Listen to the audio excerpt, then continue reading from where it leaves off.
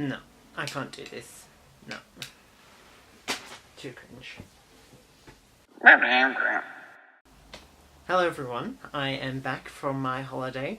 I flew out to London where I would meet my partner and then we'd catch the train to Paris.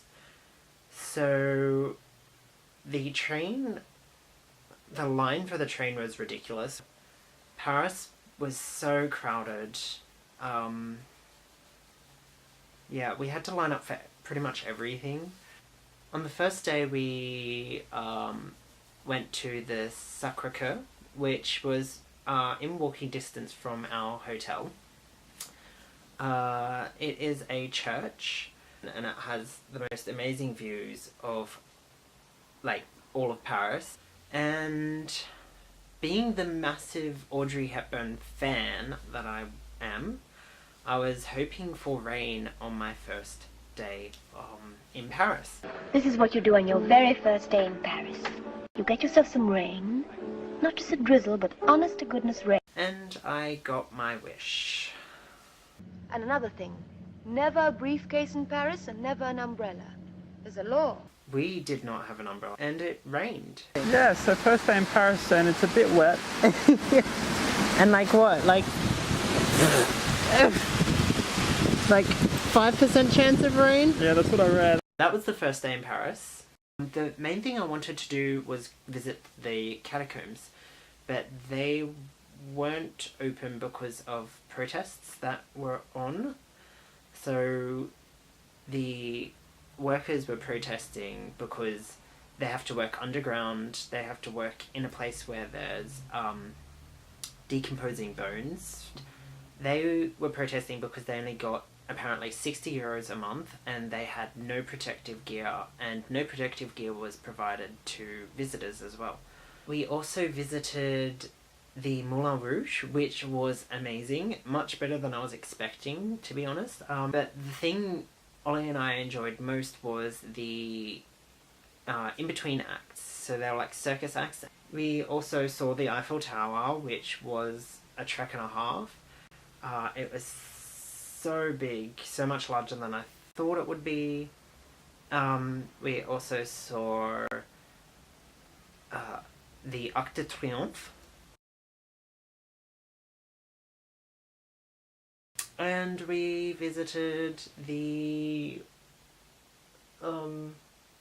Louvre, of course. So I'm a huge Leonardo da Vinci fan and have been since I was a kid. With the Mona Lisa, it's much smaller in person, which I was warned about, but even then I still expected it to be much larger than it was. And it kind of looked washed out and very green. It wasn't very vibrant. So got to see the Victory statue, whatever it's called. And again, being a massive Audrey Hepburn fan, I had to recreate an Audrey Hepburn scene.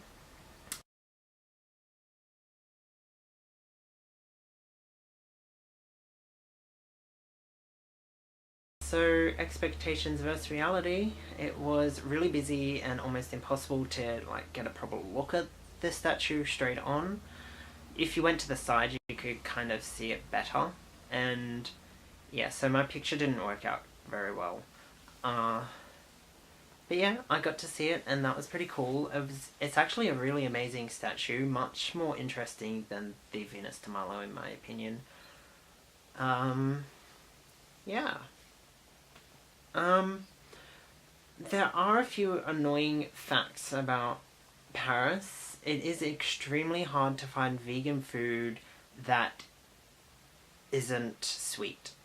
Were people rude? I wouldn't say they were particularly rude. There was a waiter at a certain restaurant that was extremely rude, and he got our order wrong and he refused to change it, and claimed that we had ordered the item that he brought out, but we didn't. And it wasn't just us that had this problem. He had delivered the wrong food to a table next to us as well, and he wasn't writing anything down. He was just getting the order and kind of trying to memorize it.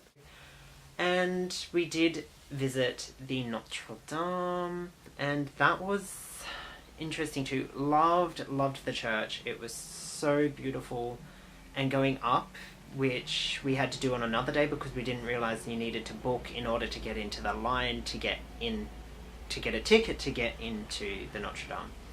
So we went into the church on one day and then into the tower on another day, and I think it was the next day.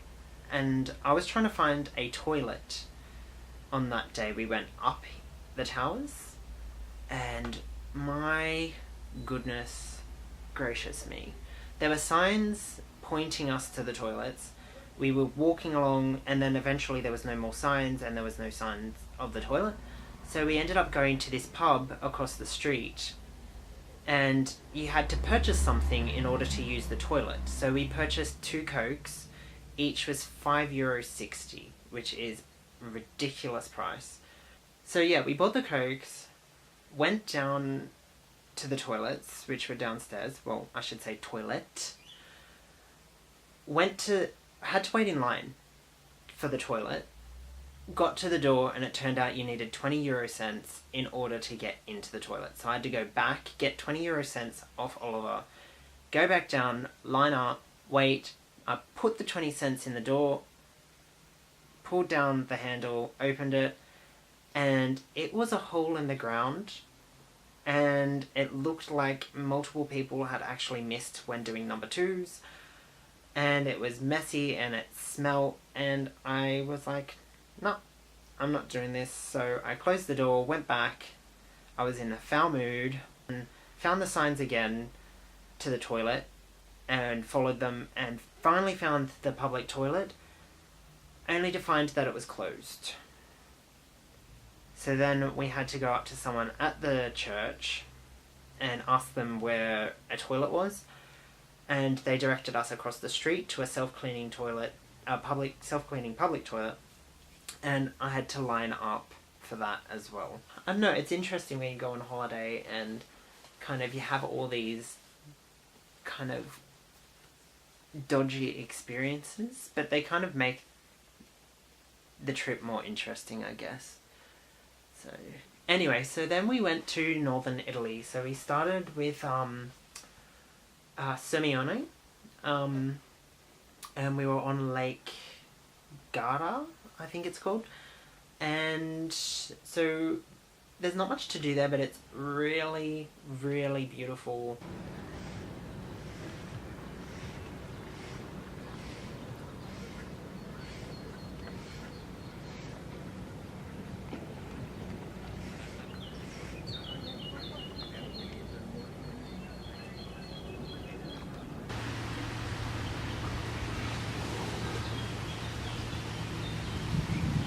We visited the castle.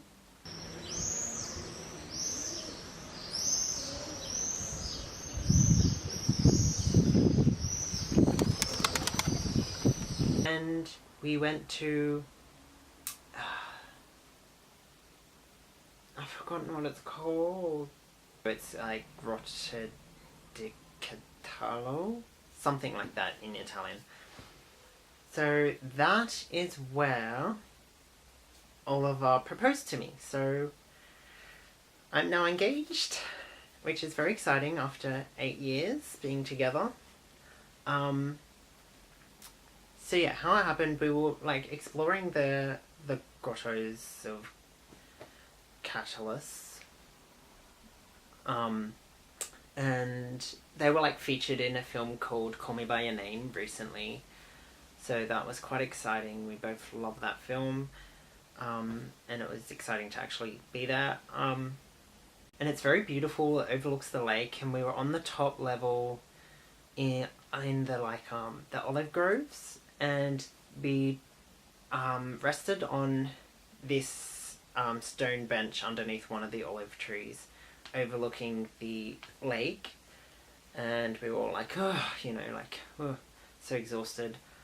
And that is where he proposed to me. So he said, I love you. And he seemed very kind of shaky, kind of... I thought he was upset for most of the trips to that point.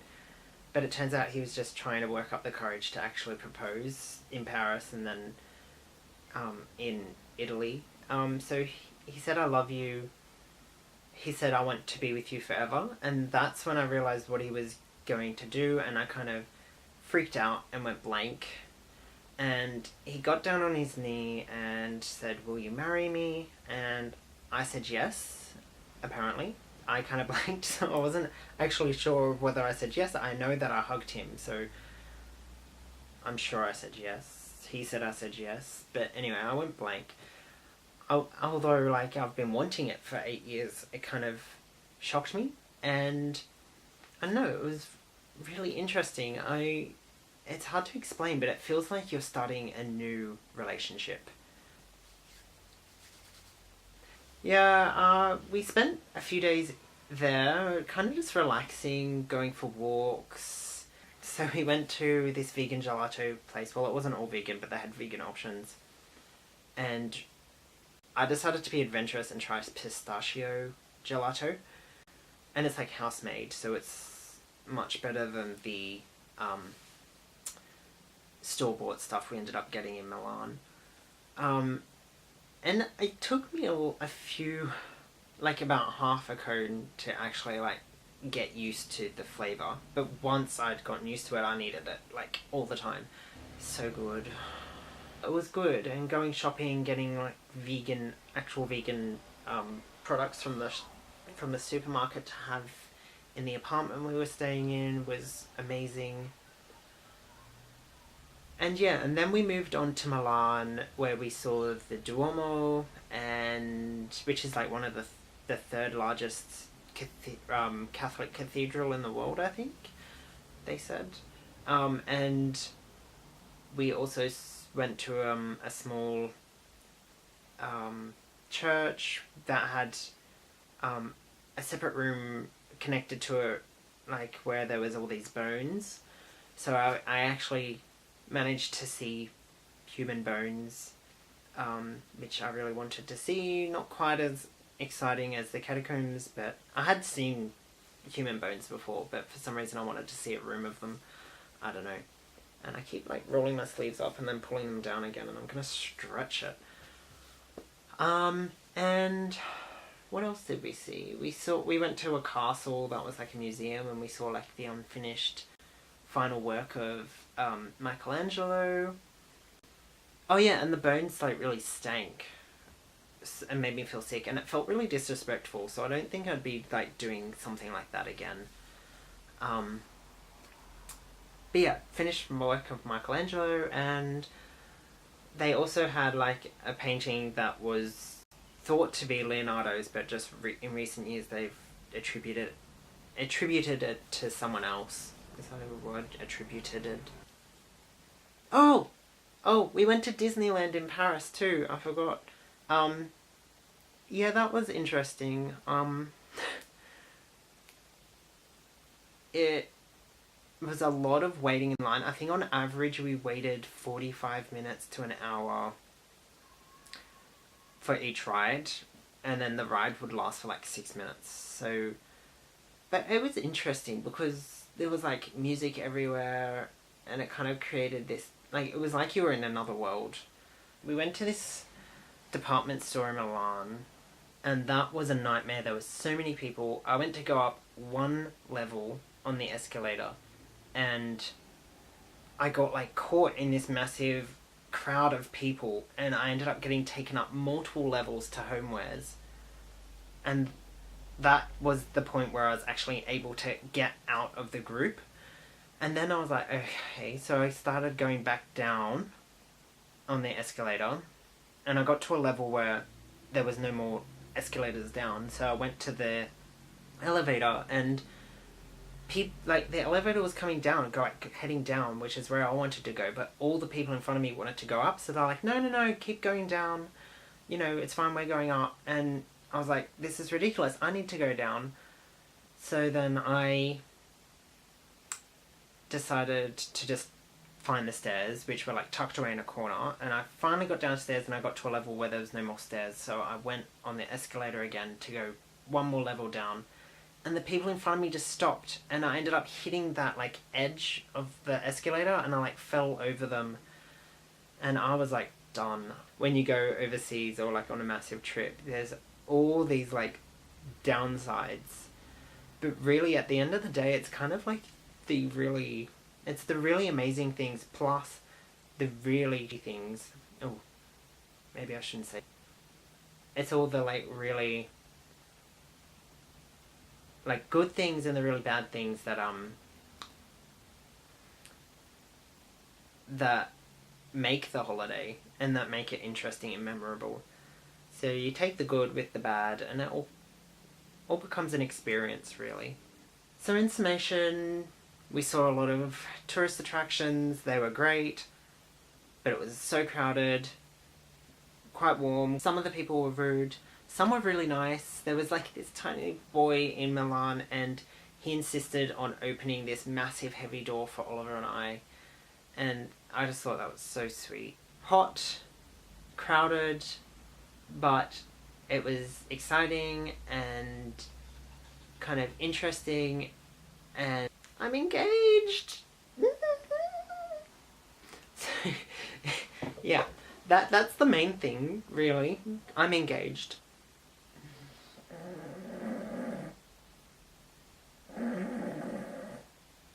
Okay. Thank you all for watching. I hope you enjoyed this video. I will see you all soon with more videos, more doll related videos, of course. And, yeah. So I'll see you then. Bye.